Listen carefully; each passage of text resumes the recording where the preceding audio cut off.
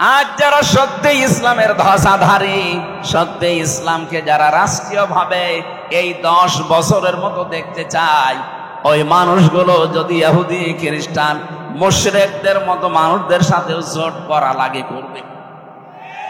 কারণ 13 বছর মায়ের খাওয়া ওয়াজ তো ভালোই শোনেন, 10 বছর রাষ্ট্রপতি ছিলেন, এই ওয়াজ শুনতে মনে চায় না? নবীজি তো 13 বছর মায়ের খেয়েছিলেন, আমরা তো অলরেডি 15 বছর মায়ের খেয়ে ফেলেছি। কথা বলেন না কেন? অন্তত 15টা বছর আমাদের জীবনে শুধু মায়ের খাওয়াই গেল। এখন আমাদের কি মনে চায় না নবীর মতো 10 বছর একটু চেয়ারে বসি? আপনি এবার মনে করছেন হুজুর মনে হয় দুনিয়াদার হয়ে গেল। তাহলে নবী যে দুনিয়াদার ছিল বলেন? বিশ্ব নবী যদি 10টা বছর চেয়ারে বসার পর রাষ্ট্রপ্রধান হয়ে 10 বছরে কোরআন দিয়ে মদিনা চালানোর পরে তিনি ঘোষণা দিয়েছিলেন, খায়রুল কুরুনি করনি, আমার যুগ শ্রেষ্ঠ যুগ। আমার তো মনে হয় বাংলাদেশে যদি 10টা বছর কোরআনে কারিম দিয়ে যোগ্য এবং সৎ এ মানুষ দিয়ে চালাতে পারেন, এদেশে 10 বছর পরে শুনতে পারবেন খায়রুল কুরুনি করনি। ওইটা শোনার জন্যই তো আমরা চাই। শুধু সৎ মানুষ হলে হবে না, যোগ্য হওয়া লাগবে। এ বাংলাদেশে 15.5 বছরে আমরা সৎ মানুষ অনেককে দেখেছি, কিন্তু সৎ মানুষগুলো যোগ্য না হওয়ার কারণে তার ওই জায়গাটা ঠিক রাখতে পারে নাই। আমি ঝিনাইদহ এক জায়গায় একটিও তার বাড়িতে গিয়েছিলাম নাস্তা করার জন্য। উনি চা দেওয়ার পরে এমন একটা ফ্রিজে চা দিয়েছে, নিচে ভাঙা। আমি দেখেই হেসে ফেলেছি। তো জ্ঞানী মানুষ বুঝে ফেলেছে, বলে হুজুর কেন হাসেন? আমি জানি। আমি একটা টিয়নো ওসির উপরে, আমার মান একটা থানায়, ওসি পর্যন্ত আমার স্যার বলে ডাকে। এত বড় একটা থানার দায়িত্বে আমি আছি, আর আমি আপনাকে চা দিলাম ফ্রিজ ভাঙা, এই জন্য আপনি হাসেন। গতকালকে সকাল 11টার দিকে আমার কাছে 8 লাখ টাকা এসেছিল, শুধু একটা সই করলেই দিয়ে দিত। আমি দেইনি। লোকটা সৎ কিনা? আর আসতে বলেন। কিন্তু সৎ থাকার পরও ঝিনাইদহর ওই জায়গাটা দুর্নীতি মুক্ত করা তার একার জন্য সম্ভব হয়নি। কারণ আশেপাশে যা আছে সবই অসৎ, সবই চরিত্রহীন।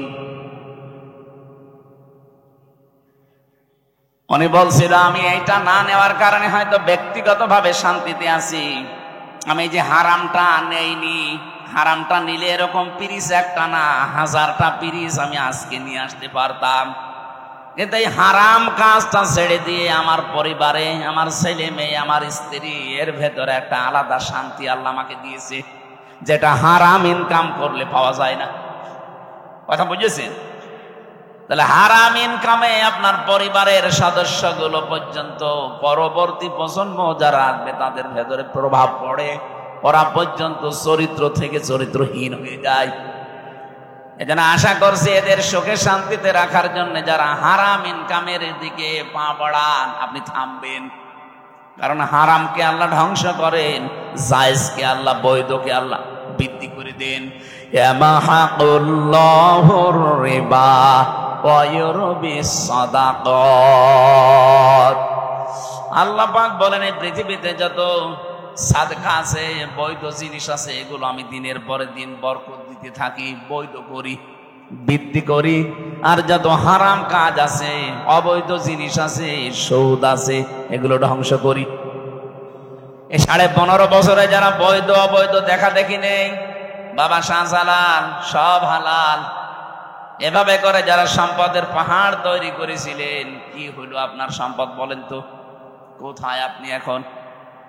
আগস্টের 5 তারিখের পরে ঢাকার রাজপথে 8 কোটি, 10 কোটি, 15 কোটি টাকা দামের গাড়ি রাস্তায় পড়ে আছে, মালিক নেই। মালিক অবশ্যই আছে, পরিচয় দেওয়ার মতো কায়দা নেই। কথা বলেন না কেন? কারণ মালিক যদি বলে এটা আমার, বলবে এর কাগজপত্র কই? 15 কোটি টাকা দিয়ে একটা গাড়ি কিনতে হলে যেটা দেওয়া লাগে রাষ্ট্রকে ওইটা দিয়েছিস, ক্ষমতা ছিল পাওয়ার এই গাড়ি ঢুকিয়েছিস। এই জন্য পরিচয়ও দিতে চাই না, আর জানে ওখানে গেলেই বিপদ আরো বাড়বে, ও গাড়ি যাচ্ছে যাক। কি হইলো আপনার এই টাকা? 15 কোটি, একটা মানুষের সারাটা জীবন চলে যাবার কথা। আপনি বৈধভাবে অবশ্যই এটা কেনেননি, অবশ্যই এটা কিনতে গিয়ে আপনি অবৈধ পথ বেছে নিয়েছিলেন।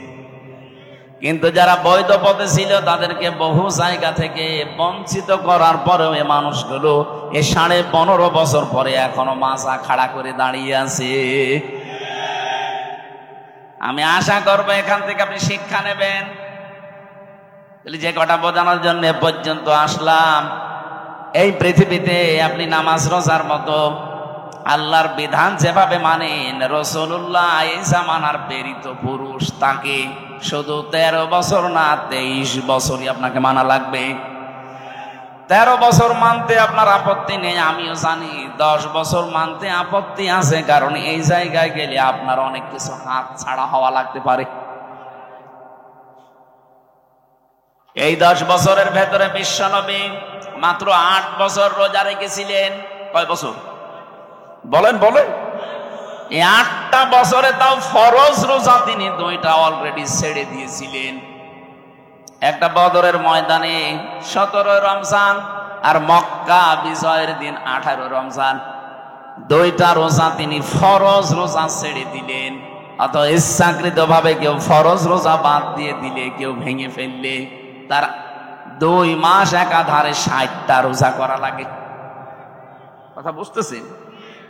59টা করার পরে যদি আপনি একটা বাদ দেন, আবার 2 মাস করা লাগবে। আবার 59টা করার পরে যদি একটা বাদ দেন, আবার 60টা করা লাগবে। কত কঠিন বিধান রোজার! অথচ ইসলাম কায়েমের জন্য বিশ্বনবী 2টা ফরজ রোজা পর্যন্ত বাদ দিয়ে দিয়েছিলেন। নবীজি ইসলাম ধ্বংস করার জন্য রোজা বাদ দিলেন না ইসলাম এগিয়ে নেওয়ার জন্য? আজ যদি এরকম পরিস্থিতি আসে, ইসলামকে এগিয়ে নেওয়ার জন্য রোজার মতো ফরজ বিধানও বাদ দেওয়া লাগে, মুসলমান তাই করবে। এটা নবীর পন্থা। বিশ্ব নবী এই 10 বছরে তিনি 17 ওয়াক্ত ফরজ নামাজ বাদ দিয়ে দিয়েছিলেন। খন্দকের যুদ্ধে 4 ওয়াক্ত নামাজ তিনি বাদ দিয়েছেন। তিনি যেটা করলেন সেটাকে আন্দাজে করেছেন না আল্লাহর ইশারা ছিল? বলেন বলেন? তাহলে আজ বাংলাদেশে যদি ইসলাম কায়েমের জন্য ইসলামী আন্দোলন করতে গিয়ে ফরজ নামাজও বাদ দেওয়া লাগে, জায়েজ আছে? আরো আসতে বলেন। তাহলে আমরা যারা শুধু 13 বছর মানতে রাজি, বাকি 10 বছরের কথা বললে রাজনীতি মনে করেন, দুনিয়ার কাজ মনে করেন, আল্লাহর কসম আপনার মরণ হবে ফেরাউনের মতো। আমি আপনাকে বাঁচার জন্য এটা বললাম, এখন আপনি কি করবেন ভাবেন। ওই জামানার প্রেরিত পুরুষ ছিল হযরতে মূসা, এখনকার যিনি প্রেরিত পুরুষ কিয়ামত পর্যন্ত নবী আর রাসূল, তিনি মুহাম্মাদুর। জবান খুলে বলেন মুহাম্মাদুর।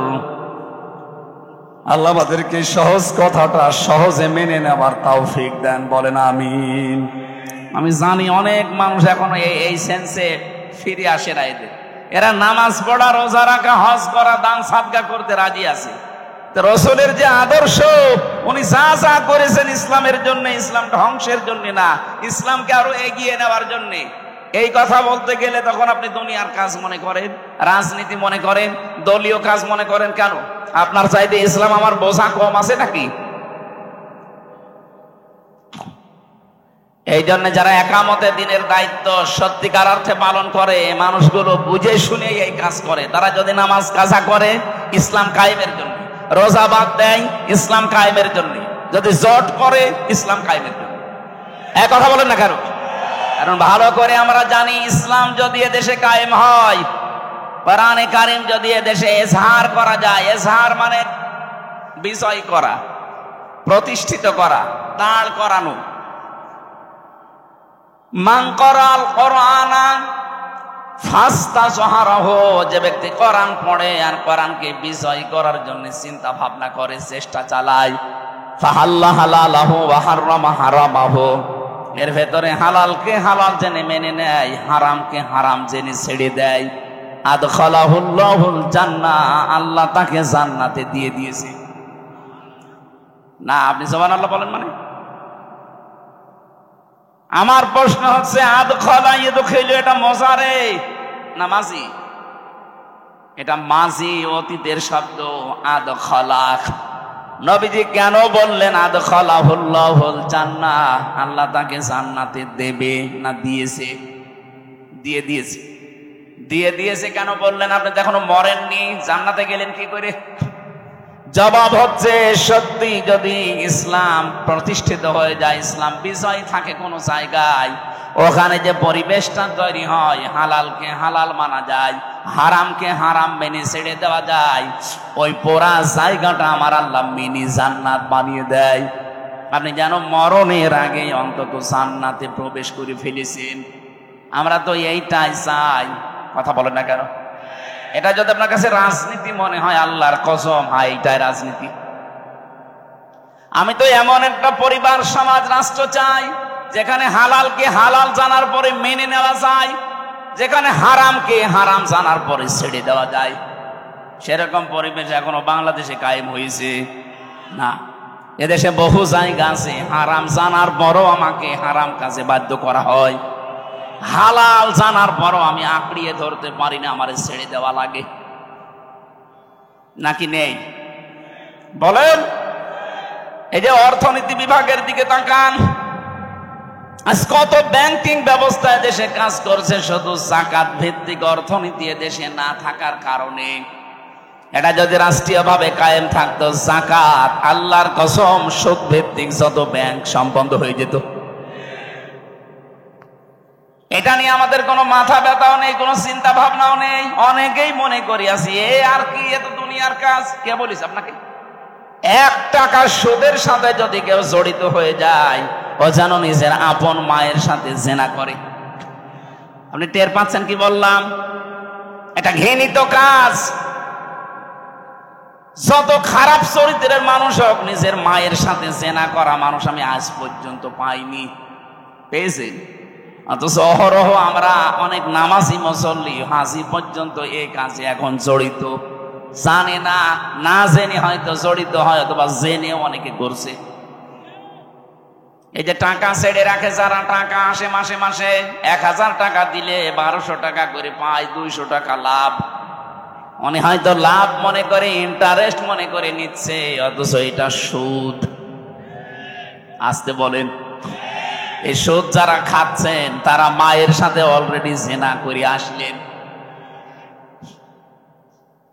আপনি হয়তো না জেনে করছেন, এখন তো জানলেন।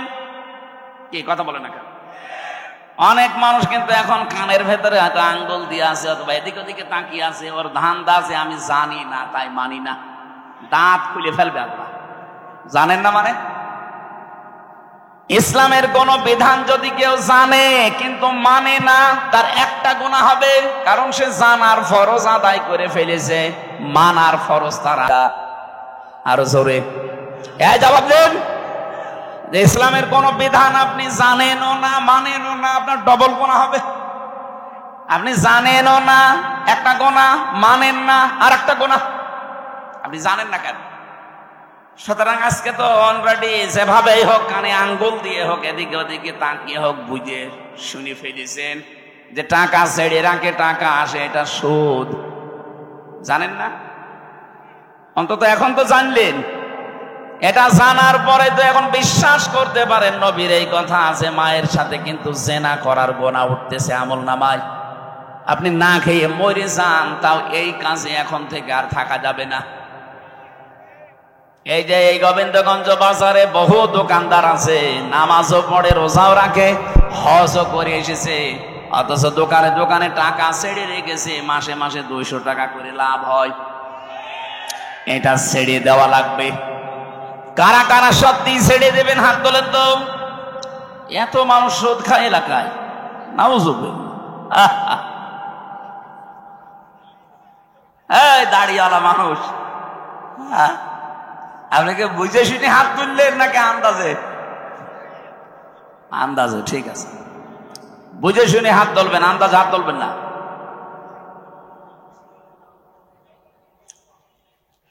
এই জন্য এমন একটা রাষ্ট্র, এমন একটা বিধান আমরা দেশে চালু করতে চাচ্ছি যেখানে হালাল হালাল জানার পরে মেনে নেওয়া যায়, হারামকে হারাম জেনে মেনে ছেড়ে দেওয়া যায়। আল্লাহর নবী বলেন এরকম পরিবেশ যদি কায়েম হয়ে যায়, আদখালাহুল্লাহুল জান্নাহ, ওই দেশটা একটা জান্নাত হয়ে যাবে। তুমি মনে করবা মরণের আগে আমি জান্নাতে আছি। আশাফাআহু ফি আশারাতিন মিন আহলি বাইতিহি কুল্লুহুম ক্বাদ ওয়াজাবাত লাহুন নার। তোমার শাফায়াত গ্রহণ করা হবে এমন 10টা মানুষের পক্ষে যাদেরকে আল্লাহ জাহান্নামে দেবে, ফাইনাল হয়ে গিয়েছিল। এমন মানুষের পক্ষে সুপারিশ করে আপনি জান্নাতে নিয়ে আসতে পারবেন। এখানে আলেম যারা আছেন তাদেরকে বলছি, আপনাকে জাহান্নামে দিয়ে দেওয়ার পরে ওখান থেকে আল্লাহ বের করে নিয়ে আসবে, এ কথায় হাদিসের ভাষায় নেই। অশাফাআহু ফি আশারাতিন মিন আহলি বাইতিহি কুল্লুহুম ক্বাদ ওয়াজাবাত লাহুন নার। যাদের উপরে জাহান্নাম ওয়াজিব হয়ে গিয়েছিল যে জাহান্নামে তারা যাবে, কিন্তু এরকম মানুষকে আপনি সুপারিশ করে ওই জায়গা থেকে ফেরত নিয়ে আসতে পারবেন। আমরা অনেকে এই হাদিসটা বলার পরে বলি যারা জাহান্নামে চলে গেছে এমন 10 জন মানুষকে আপনি নিয়ে আসতে পারবেন না, এ কথা এই জায়গায় নেই। আমি আলেমদেরকে আরো বলছি এই হাদিসটার শেষ যে শব্দগুলো আছে এগুলো নিয়ে আরো চিন্তা ভাবনা করবেন, কারণ হাজারো মানুষ এই ধান্দায় আছে, সুদ খায়, জেনা করি, ঘুষ খায় আর যাই করি, জাহান্নামে যদি আল্লাহ দেয়ও নাই 10 বছর থাকবো, এরপরে তো আল্লাহ বের করে দেবে। 20 বছর তাই জাহান্নামে থাকলাম, যখন আল্লাহ বের করে দেবে ওই সময় একবারে হাউসে কাউসারের পানি দিয়ে গোসল করে আগে যে হামজা ছিলাম ওই রকম হামজা হয়ে যাব, তাহলে জীবনে গুনাহ ছাড়বে। বলেন, কোরআনে কারিমে বহু জায়গায় আছে যদি আপনি ইচ্ছা করে কোন গুনার কাছে আঞ্জাম দেন, জানেন যে এটা কবিরা গুনাহ। যেমন মানুষ হত্যা করা, মানুষ হত্যা করা কি গুনাহ? আরো জোরে বলেন, ওমাই ইয়াকতুল মুমিনা মুতাআম্মিদান ফাজাযাউহু জাহান্নাম। সূরা নিসার 93 নম্বর আয়াতে আল্লাহ জানিয়েছেন কোন মানুষ যদি ইচ্ছা করে কোন মুমিনকে হত্যা করে, আপনি একেবারে নিরপেক্ষ দৃষ্টি দিয়ে বলেন তো 2024-এর 5 আগস্টের আগ পর্যন্ত এদেশে যত মানুষ হত্যা হয়েছে ইচ্ছা করে না অনিচ্ছা করে? অনিচ্ছায় 2-1টা মরতে পারে, ইচ্ছা করে সবগুলো। কেউ হয়তো ক্ষমতায় টিকে থাকার জন্য, আর কেউ হয়তো ক্ষমতায় কাউকে টিকিয়ে রাখার জন্য। বৈধ অবৈধ দেখেননি, আদালত কর্তৃক কোনো সার্টিফিকেটও আপনার হাতে নেই যে তাকে মেরে ফেলো, অথচ আপনি মেরে ফেললেন। এই যে মুতাআম্মিদান, ইচ্ছা করে যারা মানুষ হত্যার সাথে জড়িত, সে যেই হোক, অন্যান্য ধর্মে যারা আছে তারা তো ফি নারি জাহান্নামা খালিদিনা ফিহা, ইহুদি, খ্রিস্টান, বৌদ্ধ, মুশরিক যারা আছে, ওরা মারা গেলে ওদের কোনো বিচার নেই, হিসাবও নেই। এই ভালো করে বুঝবেন, ওদের কোনো বিচার নেই, হিসাব নেই। এই যে যতগুলো জাতির নাম বলছি, ওরা মরিয়ে গেলে জাহান্নাম, কোনো হিসাব হবে না ওদের। এটা কি মানেন? তো মুসলমান ছাড়া অন্য কোন জাতির কোনো হিসাব হবে? কারণ তাদের যে হিসাব নেবে যেটা দিয়ে ওইটাই নেই। নাম কি? ইমান। ইমান বলেন বলেন, ইমানই নেই, ওর হিসাব বিচার কি দিয়ে করবে? বিচার তো করা হয় ওই লোকটার যার ইমান আছে কিন্তু ইমানে ভেজাল আছে। বলেন, ইমানটা পরিপূর্ণ নেই, এই জন্যই তো ইচ্ছা করে আপনি মানুষ মেরে ফেললেন। সুতরাং কালকে অ্যাডভোকেট সাহেব সাইফুল ইসলাম আলিফ ভাইকে যারা মেরে ফেলেছেন, সে সেই হোক, ওই মানুষগুলো চির জাহান্নামী। আল্লাহ ঘোষণা দিয়েছেন ফাজাযাউহু জাহান্নাম, এর প্রথম পুরস্কার আল্লাহ দেবে জাহান্নাম। জাযা মানে পুরস্কার, প্রতিদান। আল্লাহ প্রতিদান হিসাবে আপনাকে জাহান্নামে দেবে মানুষ হত্যার সাথে যেই জড়িত। 2 নম্বরে খালিদান ফিহা, চিরকাল আপনাকে থাকা লাগবে। আমি আবার ক্লিয়ার করার জন্য বলছি, মুসলিম বাদ দিয়ে দুনিয়ায় যত জাতি আছে ওরা মারা গেলে বিনা হিসাবে, বিনা বিচারে জাহান্নাম। ফতোয়া যদি বের করতে পারেন এর ভেতর থেকে বলেন ওদের হিসাব হবে, বিচার হবে। বিচার আর হিসাব আল্লাহ যেটা দিয়ে করবেন ওইটাই তো নেই, ঈমান নেই। কি নেই বলেন? তার মানে মুসলিম বাদ দিয়ে পৃথিবীর 4,500 জাতির মানুষ আছে। প্রত্যেকটা জাতির মানুষ মারা গেলে ওদের কোনো হিসাবের ব্যবস্থা নেই, বিচার নেই। বিনা হিসাবে বিনা বিচারে জাহান্নাম। বিচার করবে তো তখন যখন তার ভেতরে ঈমানের কোনো গন্ধ পাওয়া যায়। কিন্তু ঈমানটা থাকার পরও যারা ইচ্ছা করে আল্লাহর নিষিদ্ধ কাজকে বৈধ মনে করে পালন করছে, এই মানুষটা সমস্যা। আল্লাহ পাক বলেন খালিদান ফিহা, চিরকাল তাকে জাহান্নামে থাকা লাগবে। এতটুকুই না, অগদিবাল্লাহু আলাইহি ওয়া লা'নাহু ওয়া আ'আদ্দা লাহু আযাবান আযীমা। কয়েকটা শাস্তি আল্লাহ তার জন্য নির্ধারিত করলেন। 1 নম্বরে প্রতিদান পুরস্কার জাহান্নাম, 2 নম্বরে চিরকাল থাকবে, 3 নম্বরে আল্লাহ রেগে থাকবে, 4 নম্বরে আল্লাহ লানত বর্ষণ করবে, 5 নম্বরে যন্ত্রণাদায়ক আযাবের ভেতরে রাখবে। বলেন নাউজুবিল্লাহ।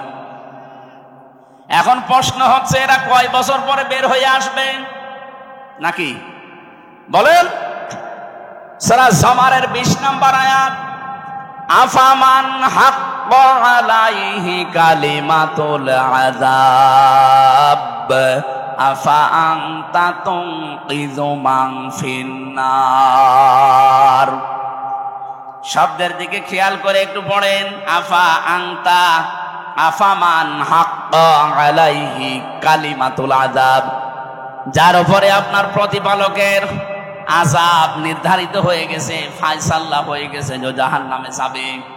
আফা আনতা, নবী আপনি কি পারবেন তুনকিযু মান ফিন্নার, ওই লোকটাকে আগুন থেকে বের করে নিয়ে আসতে?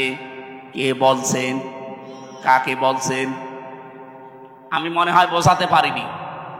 এই যে কথাটা আল্লাহ বলছেন নিজে, কাকে বলছেন?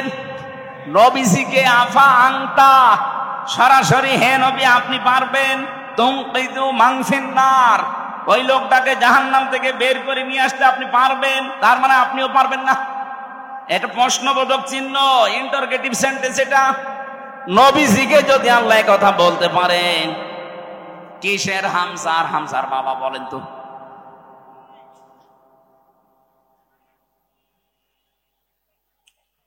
বারবার আল্লাহ কোরআনে কারিমে সেখানেই দিয়েছেন যে জাহান্নামে যাবে যারা, খালিদিনা ফিহা, চিরস্থায়ী। যেখানেই দিয়েছে জান্নাতে যাবে যারা, সেখানেও দিয়েছেন খালিদিনা ফিহা, চিরস্থায়ী। আপনি একটার অর্থ করবেন চিরস্থায়ী, আর আরেকটার অর্থ করবেন কিছুদিন পরে বের হবে, তো জীবনে গুনাহ ছাড়বে। আপনি যদি বলেন যে আমার ঈমান আছে, আর আপনার ঈমান থাকে কি করে? আল্লাহর নিষিদ্ধ কাজকে যারা বৈধতা দেয় সঙ্গে সঙ্গে তারা বেঈমান হয়ে যায়। এই কথা বলছেন যে 10টা কারণে মানুষের ঈমান নষ্ট হয়ে যায়, ভেঙে যায়।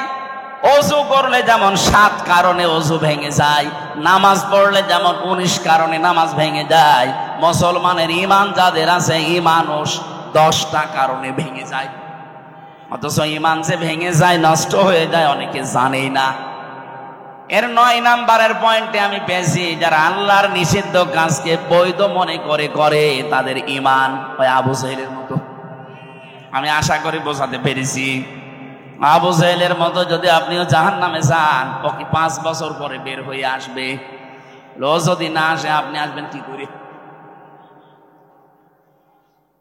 এই জন্য আল্লাহর নিষিদ্ধ কাজগুলো যারা বৈধ মনে করেন, তারা ওই ইহুদি খ্রিস্টান বৌদ্ধ মুশরিক ওদের মতোই। কিন্তু বাকি যারা ছোটখাটো অপরাধের সাথে জড়িত, গুনার সাথে হয়তো না জেনে করেছেন অথবা শয়তানের ধোঁকায় পড়ে করেছেন, আপনার কিন্তু সময় আছে এখনো তাওবা করার। তাওবা করে যদি ফিরে আসতে পারেন, মহান আল্লাহ আপনাকে নিষ্পাপ করে দুনিয়া থেকে বিদায় দেবে। আরে ভাই, আমি এইটাই বোঝাতে যাচ্ছি যে আপনার কিন্তু সময় আছে, আপনার সুযোগ আছে। এখন আপনার হায়াত শেষ হয়ে যায়নি। আপনি অপরাধ করেছেন, সে অপরাধী হোক, জেনা হোক, মানুষ হত্যা হোক, ব্যভিচার হোক, চুরি হোক, ডাকাতি হোক, যার কাছে যে অপরাধ হয়ে গেছে এখনো তো আজরাইল আমার কাছে আসেনি, এখনো পশ্চিম দিকে সূর্য ওঠেনি যে মাপ আর পাওয়া যাবে না। যাবে, মাপ পাওয়া যাবে, কিন্তু তওবা করে জীবনের মতো এই কাজ থেকে ফিরে আসা লাগবে। তাওবা করার যে শর্তগুলো আছে, 1 নম্বরে অনুশোচনা করা। 1 নাম্বার কি বলেন বলেন, আপনি বলেন তো। এই যে 5 তারিখের আগ পর্যন্ত যারা মানুষ হত্যার সাথে জড়িত ছিল, যারা মানুষের সম্পদ আত্মসাৎ করেছে 15.5 বছর, এদের একজনকেও এখনো পর্যন্ত অনুশোচনা করতে দেখেছেন না। এদের আরো বৃদ্ধি বাড়ছে, এরা আরো প্রতিশোধ নেওয়ার নেশায় মেতে উঠেছে। আপনার অবস্থা ফেরাউনের মতোই হবে। 2 নম্বরে কি, অপরাধ করেছেন যার কাছে, স্বীকার করবেন তার কাছে, এইটাও তো পাচ্ছি না। আপনি অপরাধ করলেন হামজার কাছে, আর এখন কাবার গিলাপ ধরে চুরি করেছে, কাঁদতেছেন আমারে মাফ করে দিন। কিসের মাফ আপনার? আপনি কি আল্লাহর কাছে অপরাধ করেছেন? এই কথা বলেন না কেন? তাওবা যারা করে নিজেকে মুক্ত করতে চান, নিজেকে পরিত্রাণ দিতে চান এই অপরাধ থেকে, আল্লাহর দরবারে যেন আপনার বিচার আর না হয়, এই যদি মনে করতে চান, জীবনের মতো আত্মসমর্পণ করবেন, অনুশোচনা করবেন, অনুতপ্ত হবেন। 2 নম্বরের শর্ত, অপরাধ যার কাছে তার কাছে গিয়ে বলবেন যে ভাই আমার ভুল হয়ে গেছে, আমি নফসের ধোকায় হোক, শয়তানের জালে হোক, দলীয় ফোরামে হোক, যে কোনো কায়দায় আপনার এই ক্ষতিটা করে ফেলেছি। এই মিথ্যা মামলা দিয়ে, মিথ্যা সাক্ষী দিয়ে আপনার ব্যবসা হয়তো আমি করতে দেইনি, বিভিন্ন কাজ আমার দ্বারা হয়েছে। এখন আমি বাঁচতে চাই, আপনার যা ক্ষতি করে ফেলেছি এই ক্ষতিপূরণ আমি আপনাকে দিয়ে দেব। কথা বুঝতেছেন? এই 15.5 বছরে যে ধরনের অপরাধ করেছিলেন, আপনি তো জানেন যে আপনি কি করেছেন। আপনি হয়তো মানুষ খুনের সাথে জড়িত, তাহলে যাকে খুন করেছেন তার পরিবারে গিয়ে বলবেন আমার কারণে আপনার এই ছেলেটা হারিয়েছেন, আপনি এখন কি চান? সে যদি বলে আমার 1 কোটি টাকা দেওয়া লাগবে, আপনি 1 কোটি টাকা তার ক্ষতিপূরণ দিয়ে মাপ নেবেন। সে যদি বলে না টাকা দেওয়া লাগবে না, আমি আপনি মাফ করে দিলাম, তাহলে মাপ পেয়ে গেলেন। তাছাড়া 50 বছর জেল খাটলেও আপনার মাপ নেই। এই যে বাংলাদেশে যে সিস্টেমটা, মানুষ হত্যা করলে তারে ফাঁসি দেওয়ার আদেশ দেয়, ফাঁসি থেকে শেষে আসে লাইফ সাপোর্টে। লাইফ সাপোর্ট মানে 30 বছর, 30টা বছর জেল খাটলে তার মাফ বাংলাদেশের আইনে। আল্লাহর আইনে তো এইটা নেই। আল্লাহর আইনে পদ্ধতি 2টা। কেউ যদি কাউকে হত্যা করেন, মেরে ফেলেন বিনা অপরাধে, বিনা কারণে, 1 নম্বরে তার যারা গার্জিয়ান আছে, তার মা বাবা, স্ত্রী, সন্তান, তাদের কাছে গিয়ে বলা লাগবে যে ভাই আপনারা কি চান। তারা যদি বলে আমার ক্ষতিপূরণ দেন, এটা আমাদের কর্মক্ষম ছিল, এর কর্মে আমরা চলতাম, তাকেই মেরে ফেলেছেন, সুতরাং আপনি 5 লাখ টাকা দেন, আপনি 5 লাখ টাকা দেবেন তাকে। এরপরে যদি বলে ঠিক আছে যান মাফ করে দিলাম, আপনি মাফ পেয়ে গেলেন। 2 নম্বরেও যদি বলে না আমরা এগুলো মানি না, আপনাকেও আমরা মেরে ফেলতে চাই, রাষ্ট্রের মাধ্যমে আপনাকেও মেরে ফেলা লাগবে। এই 2টা পদ্ধতি ছাড়া পৃথিবীতে কোনো পদ্ধতি নেই এই খুনের অপরাধ থেকে মাপ পাওয়ার। অথচ আজ কত সহজেই অনেকে মাপ পেয়ে যাচ্ছে শুধু আস্তাগফিরুল্লাহ পড়ে। সেটারে করা জায়গা পান না। আপনি তো আস্তাগফিরুল্লাহ পড়ছেন আল্লাহর কাছে, আস্তাগফিরুল্লাহ কি কেউ মানুষের কাছে পড়ে? কার কাছে বলেন বলেন? আরে ভাই আপনি তো আল্লাহর কাছে দোষ করেননি। হ্যাঁ, আল্লাহর কাছে যদি নামাজ পড়ে না থাকেন, রোজা না রাখেন, ফরজ হজ না করেন, তাহলে ওনার কাছে মাফ চান।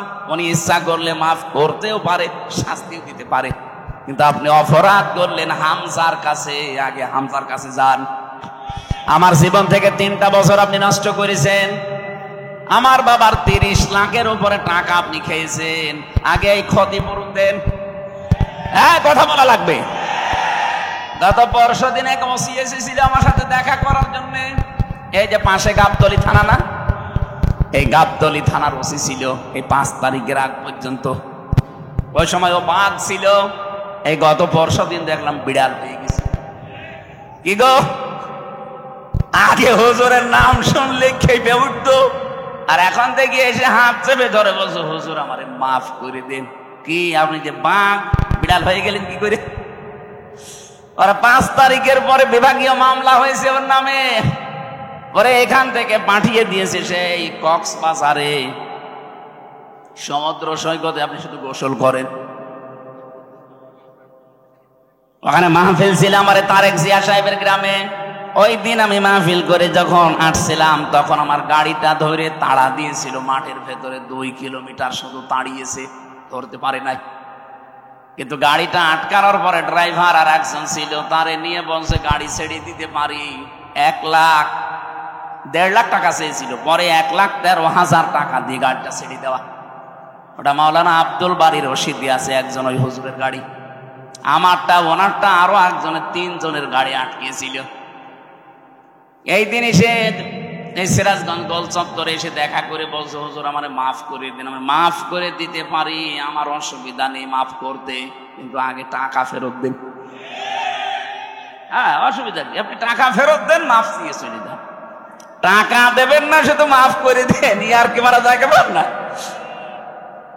15.5 বছরে আপনার জন্য কত মানুষ এই বাজারে ব্যবসা করতে পারে নাই, কত মানুষকে বিনা কারণে মিথ্যা মামলা দিয়ে ধরিয়ে দিয়েছেন, মিথ্যা সাক্ষী দিয়ে জেল খাটিয়েছেন। এখন যে মাফ করে দেন, কিসের মাফ?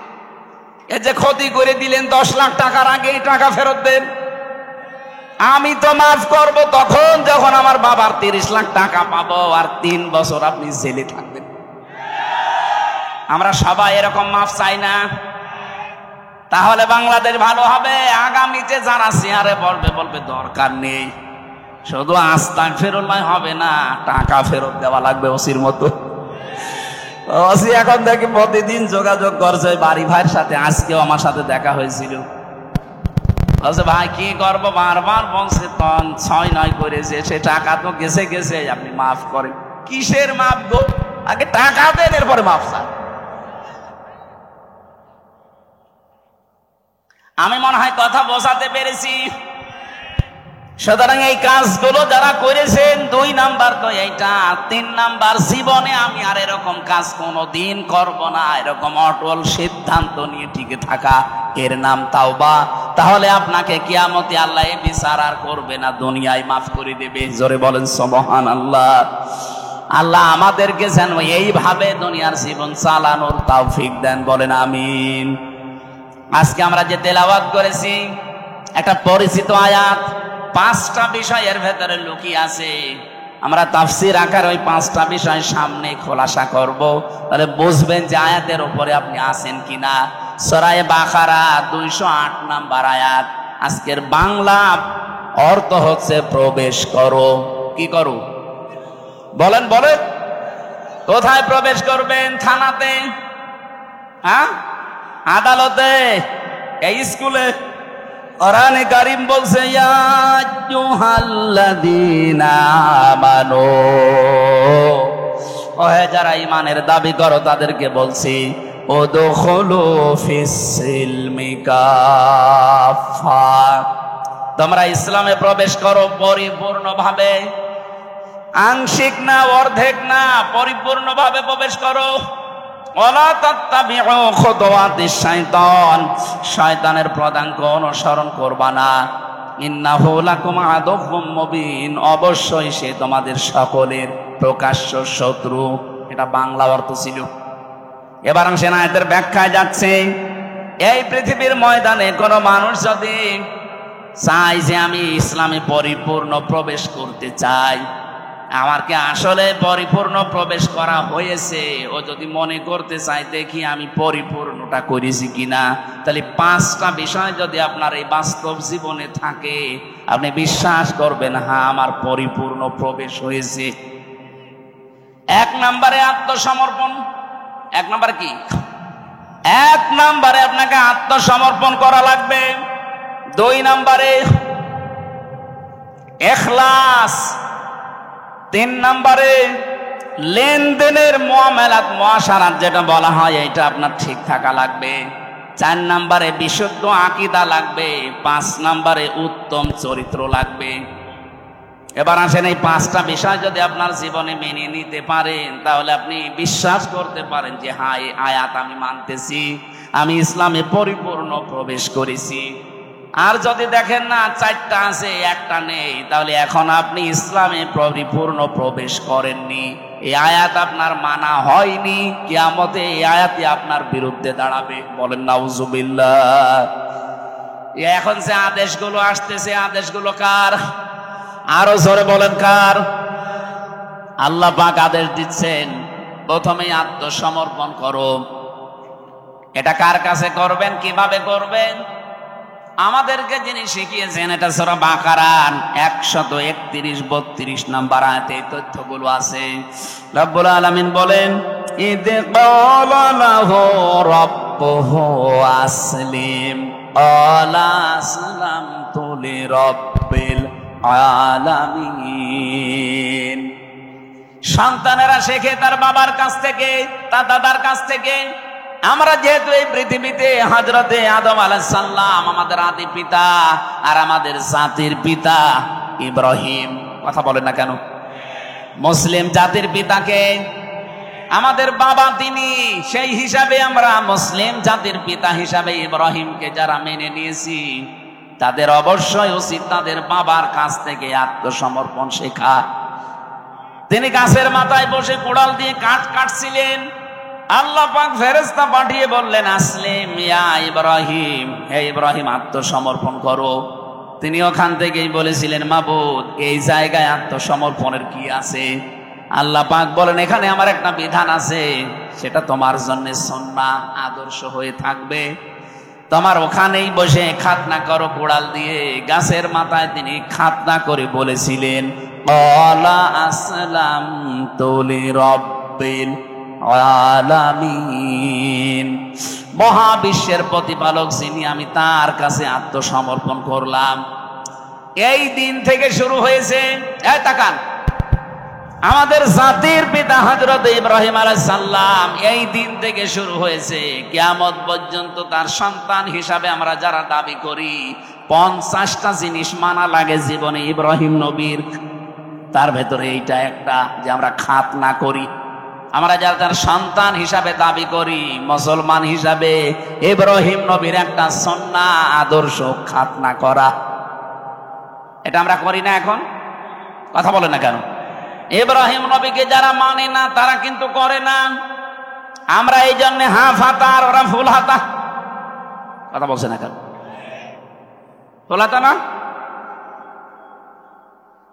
আমার জেলের প্রথম যাওয়ার পরে যাকে পেয়েছিলাম, দেবদুলাল, এই জেলার, ওকে দেখলেই কয়েদিরা বলতো ফুল হাতা আসতেছে।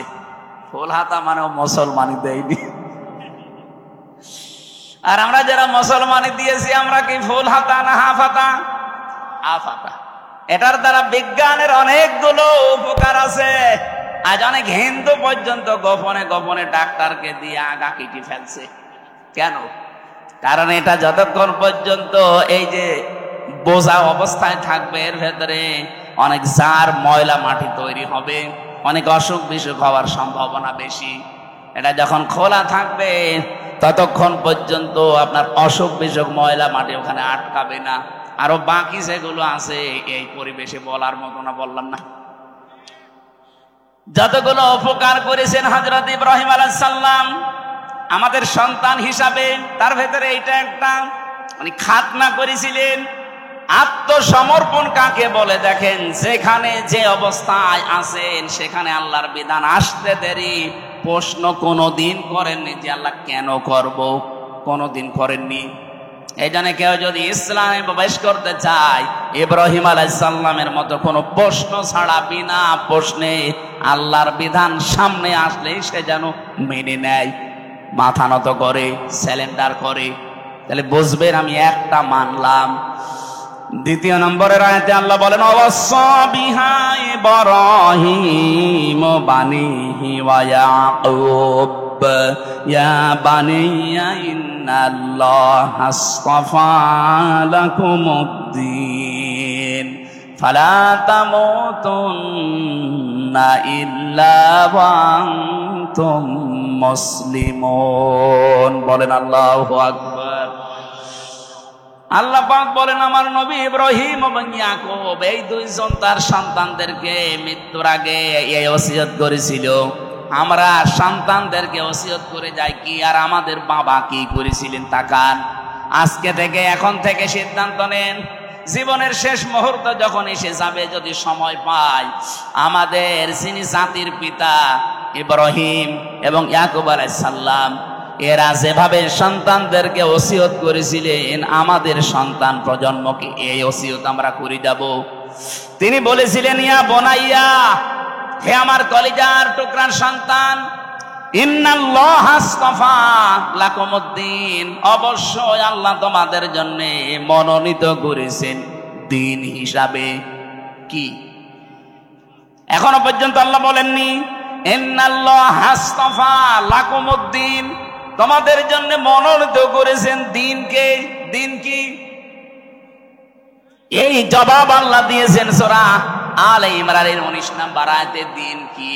ইন্নাদ-দীনা ইনদাল্লাহিল ইসলাম।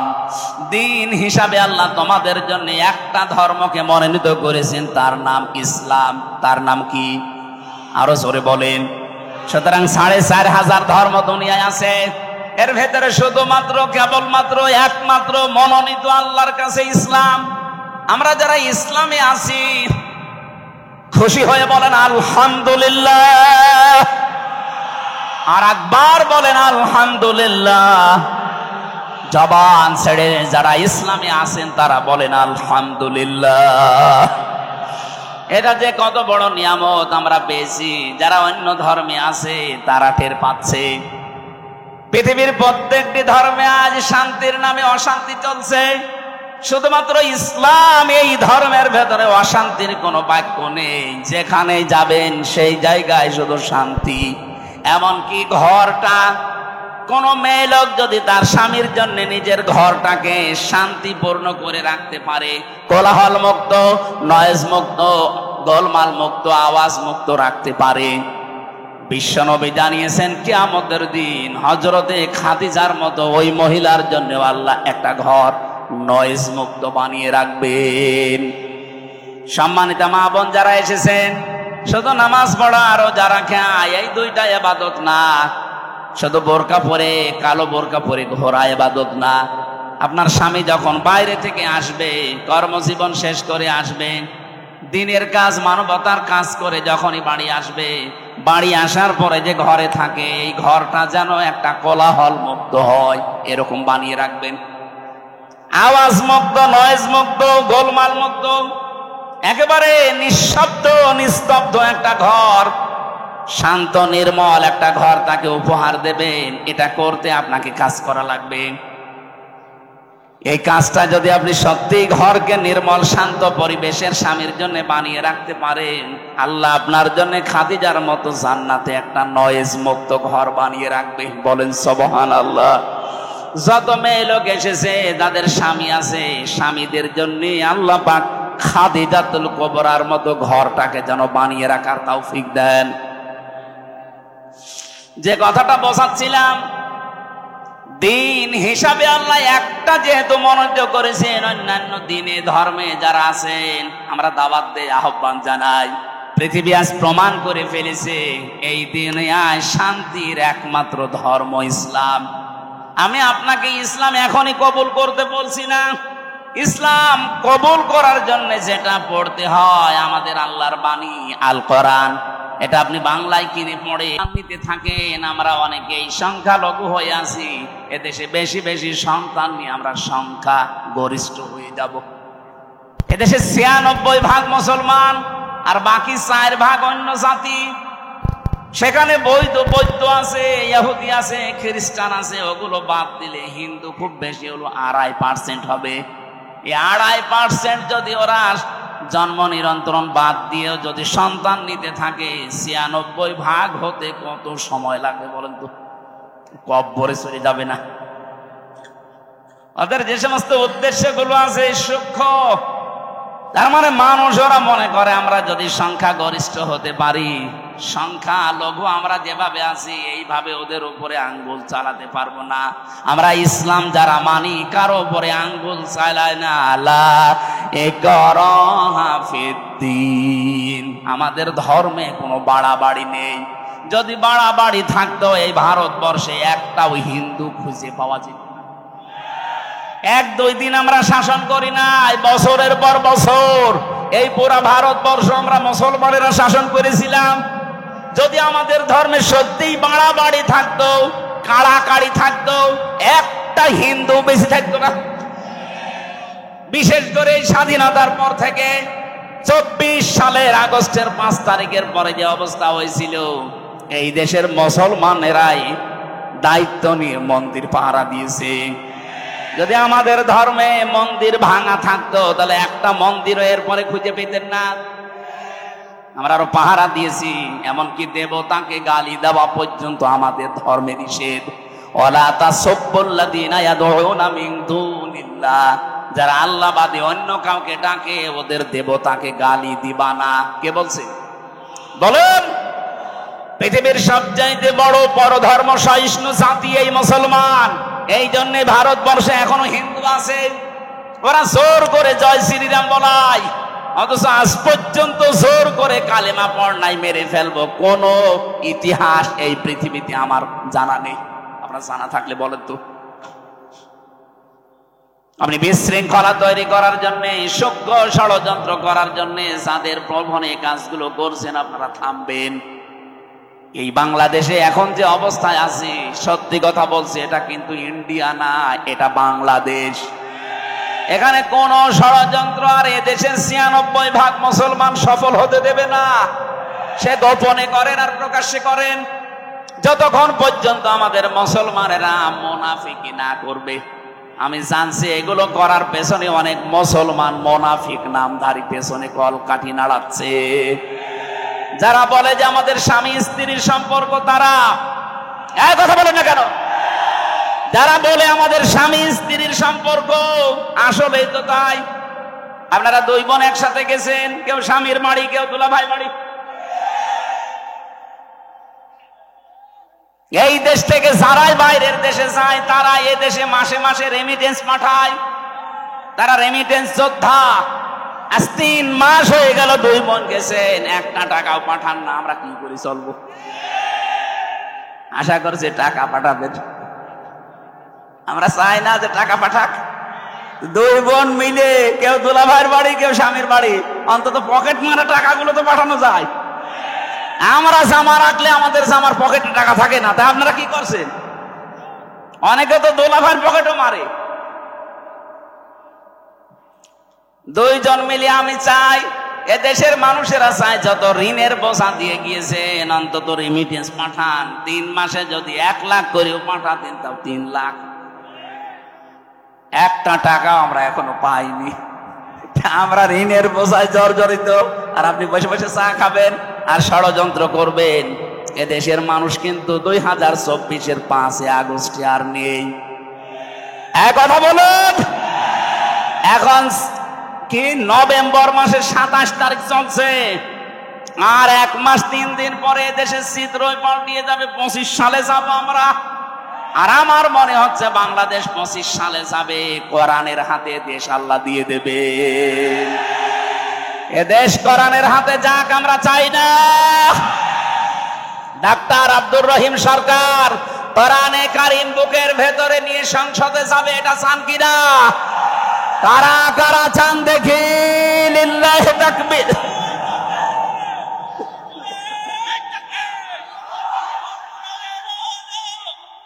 আলহামদুলিল্লাহ ভাই,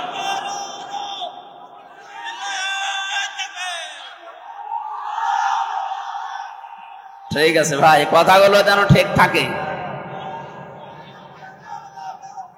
হযরতে ইব্রাহিম, হযরতে ইয়াকুব, 2 জন নবী তাদের মরণের আগে সন্তানদেরকে বলেছিলেন, আল্লাহ তোমাদের জন্য নির্বাচিত করেছেন, মনোনীত করেছেন ধর্ম হিসাবে ইসলামকে।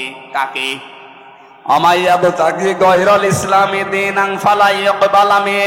দুনিয়াতে ইসলাম বাদ দিয়ে অন্য কোন ধর্ম যদি কেউ তালাশ করে, জীবনেও তার কোন ইবাদত বন্দেগী কবুল হচ্ছে না, হবে না। এই জন্য আহ্বান জানাবো, এলাকায় যদি অন্য ধর্মের কেউ থাকেন, আপনারা আমাদের ধর্মীয় গ্রন্থগুলো পড়েন। 1 দিন 2 দিন 5 দিন না, বছরের পরে বছর পড়তে থাকেন। টনি বেলাওয়ারের ছোট শালিকা লরেন বু 3 বছর কোরআনে কারিম স্টাডি করার পরে শেষ পর্যন্ত এত বড় শিক্ষিতা মেয়েরাও মুসলমান হয়ে গেছে। আমরা চাপ দেয়নি, নিজে পড়ে নিজের বিবেকের তাড়নায় মুসলমান হয়ে গেছে। আমরা চাই এই বাংলাদেশে অন্যান্য ধর্মের যারা আছেন মুসলমান সহ আল্লাহর কোরআন পড়েন বোঝেন, আপনিও বাধ্য হবেন আল্লাহর ইসলামী শান্তির ধর্মে আসতে। আল্লাহ পরের কথা জানিয়েছেন, এই দুইজন নবী তাদের সন্তানদেরকে জানিয়েছিল, ফালা তামুতুন্না ইল্লা ওয়া আনতুম মুসলিমুন। তোমরা মুসলমান না হয়ে মরবা না। এইজন্য এই দেশে যদি মুসলমান হয়ে টিকে থেকে মরতে চায় আল্লাহর বিধান দেখা লাগবে। কথা বলেন না কেন? তাছাড়া আপনি মুসলমান হয়ে টিকে থাকতে পারবেন না। আজ আল্লাহর বিরুদ্ধে, রাসূলের বিরুদ্ধে, ইসলামের বিরুদ্ধে, মানবতার বিরুদ্ধে দেশে কাজ হবে। আর যদি মনে করেন যে যা করছে করুক, লা ইলাহা ইল্লাল্লাহ, আল্লাহর কসম আপনি মরণের আগে বেঈমান হয়ে যাবেন। কারণ ওই পরিবেশ যখন কায়েম হবে তখন টিকে থাকতে পারবেন না। 2 তলা নৌকা চলছে, উপর তলায় আমরা আছি, এই স্টেজে যারা এই ভালো ভালো মানুষ উপরে বসে আছি, আর নিচ তলায় এমন কিছু মানুষ আছে যাদের পানি দরকার। ও যদি বারবার উপর তলায় আসতে চায়, ডাক্তার সাহেব যদি বলে বারবার ঝামেলা করেন, নিচেই তো পানি আছে, বিরক্ত করেন কেন, যখন তখন আসেন খালি পানি নিতে। ওরা যদি বলে ঠিক আছে ডাক্তার আর আসবো না, নিচে যে নৌকার একটা তক্তা খুলছে। আমরা উপরে যারা আছি যদি বলি ভাই আল্লাহর নাম নিয়ে খোলেন, আল্লাহর নামে খোলেন আর ভগবানের নামে খোলেন, বলেন তো নৌকায় পানি উঠবে না উঠবে না? আরো জোরে বলেন। এখন উপরে যারা আছি আমরা যদি বলে যা হয় হোক, নিচের লোক যদি ডোবে আমরা বেঁচে থাকবো? এ বাংলাদেশে ইসলাম না থাকলে আমরাও তো বেঁচে থাকতে পারছি না মুসলমান হয়ে। বেঈমান হওয়ার রাস্তাগুলো সব খোলা হচ্ছে সমকামিতা দিয়ে, আল্লাহর বিধানের বাইরে আইন পাশ করে। এক কথা বলছেন। এই জন্য আমাদের উচিত নিচে যারা যাই করছেন আমাদের উপর থেকে দরকার হয় বাধা দেওয়া, ওয়াজের মাধ্যমে হোক, হাতের মাধ্যমে হোক। যদি বাধা শুনতে না চান দরকার হয় আপনাকে মারধর করব, এরপরও যদি না শুনতে চান দরকার হয় বেঁধে রাখবো, এরপরও যদি নড়াচড়া করেন মেরে ফেলবো, তারপরও আমি নৌকার তলা খুলতে দেব না। পানি উঠলে আপনি শুধু মরবেন না, আমারও মারবেন। এদেশে সমকামিতা চালু হলে জর্ডানের মতো দেশটা ডেড সি হয়ে যাবে, মৃত সাগর। কারণ এটা আল্লাহর নিষিদ্ধ কাজ। পুরো আল্লাহর সিস্টেমই পাল্টিয়ে ফেলেছে। পুরুষে পুরুষে বিয়ে। গত পরশুদিন কুষ্টিয়ায় 2 মহিলা এরা আন্দোলন করেছে এক জায়গায়। ওরা বলছে আমরা মহিলায় বিয়ে যদি না দেন আমরা 2 জনেই মারা যাব। কোথায় পৌঁছিয়েছে চিন্তা করেছেন? এই জন্য আমরা চাই নিষিদ্ধ কাজ এই দেশে বন্ধ হোক, আল্লাহর বৈধ কাজগুলো আমরা ইসলামের মাধ্যমে জারি করি, তাহলে মুসলমান হয়ে মরা সহজ হবে। আরে মরবো তো 2 দিন আগে 2 দিন পরে, কিন্তু আমরা বেঈমান হয়ে মরতে চাই না, মরতে চাই ইব্রাহিম নবীর মতো মুসলমান হয়ে। আল্লাহ আমাদের তৌফিক দিন, বলেন আমিন। দ্বিতীয় নম্বরে আপনি যদি দেখেন আমি ইসলামে প্রবেশ করছি, আপনার ইখলাস লাগবে। ইখলাস কি? এই জন্য যারা একামতে দিনে প্রবেশ করে তাদের প্রথম শব্দ এইটা বলা হয়, বল বলে ইন্না সলাতি ওয়া নুসুকি ওয়া মাহইয়ায়া ওয়া মামাতি লিল্লাহি রাব্বিল আলামিন। এটা ইখলাসের আয়াত। আমি যা করব কার জন্য? আমার বেঁচে থাকা আল্লাহর জন্য, মরে গেলেও আল্লাহর জন্য, আমি নামাজ পড়লো আল্লাহর জন্য, রোজা রাখলে আল্লাহর জন্য, কোরবানি, ত্যাগ, তিতিক্ষা যা সহ্য করছি সব আমি আল্লাহর জন্য। 3 নম্বরে আমার বিশুদ্ধ আকীদা দরকার। আজ বাংলাদেশে একটা মাসলুম দলের উপরে এই ট্যাগটা লাগিয়েছে, আমাদের নাকি আকীদা ঠিক নেই। এটা ডাহা মিথ্যা কথা। এই বাংলাদেশে আকীদা যদি ঠিক থাকে, যাদের দলে ফাঁসি বেশি, যাদের দলে জেল বেশি, যাদের দলে জরিমানা বেশি, যারা বাড়ি থাকতে পারে না 24 ঘন্টা যারা আতঙ্কে ছিল, তারা আকীদাওয়ালা মানুষ। আপনার এত আকীদা ভালো, একটু ফাঁসির দড়ির কাছে যেয়ে বলেন তো আমার আকীদা ভালো যান। যারা ফাঁসির দড়ি গলায় নিয়ে পর্যন্ত বলেছে না তাহাজান ইন্নাল্লাহা মা'ানা, কোনো চিন্তা নেই, আমরা একা না, আমাদের সাথে কে আছে? এর চাইতে আবার কি বিশুদ্ধ আকীদা লাগবে আপনার? 4 নম্বরে উত্তম চরিত্র লাগবে। এদেশে উত্তম চরিত্রে উত্তীর্ণ হয়ে গেছে একামতে দ্বীনের দায়িত্বে যারা আছে তারা। এটা প্রমাণিত, পরীক্ষিত, আর কিছু বললাম না। 5 নম্বরে লেনদেনে স্বচ্ছতা, এইটাও একামতে দ্বীনের কর্মীদের ভেতরে। বহু মানুষকে একামতে দ্বীনের বাইরে যারা আছে দেখেন, টাকা দিলে মনে করুন নিজের টাকা, এক কথা বলে না কেন? আর এই মানুষগুলোর লেনদেন এত স্বচ্ছ, এই ঝঞ্ঝা বিক্ষুব্ধ বাংলাদেশে, এরপরেও যদি আপনি মানুষ খুঁজে না পান, এই যে 5টা বললাম, আমি আবার বলছি। 1 নম্বরে আত্মসমর্পণ করা লাগবে। কার সামনে? আরো জোরে বলেন। 2 নম্বরে ইখলাস লাগবে। প্রতিটি শব্দের ব্যাখ্যা ছিল লক্ষ লক্ষ কথা, আমি তাফসীর থেকে তুলেছিলাম। 3 নম্বরে আপনার বিশুদ্ধ আকীদা লাগবে। 4 নম্বরে উত্তম চরিত্র লাগবে। 5 নম্বরে লেনদেন স্বচ্ছ হওয়া লাগবে। এই 5টা যদি দুনিয়ায় দেখাতে পারেন, বুঝবেন আমি এই আয়াতে পরিপূর্ণ প্রবেশ করেছি। বলেন সুবহানাল্লাহ। আল্লাহ আমাদের তৌফিক দিন। আমার লিখিত যে বইগুলো আছে, আপনারা যে আর যাওয়ার সময় নিয়ে যান। 2-1টা বই হয়তো ওই যে ওই সোজাসুজি আছে গাড়িতে, ওই সাদা গাড়িতে আছে। আমি জেলে বসে এত কষ্ট করে লিখলাম, আপনারা নেবেন না, পড়বেন না। যে আদম আলাইহিস সালাম তার স্ত্রীকে বিয়ের জন্য দেনমোহর দিতে হবে, তাফসীর কি সত্য না মিথ্যা? সত্য মানে 100% সত্য। আতুহুন্না উজুরাহুন্না ফারিদা।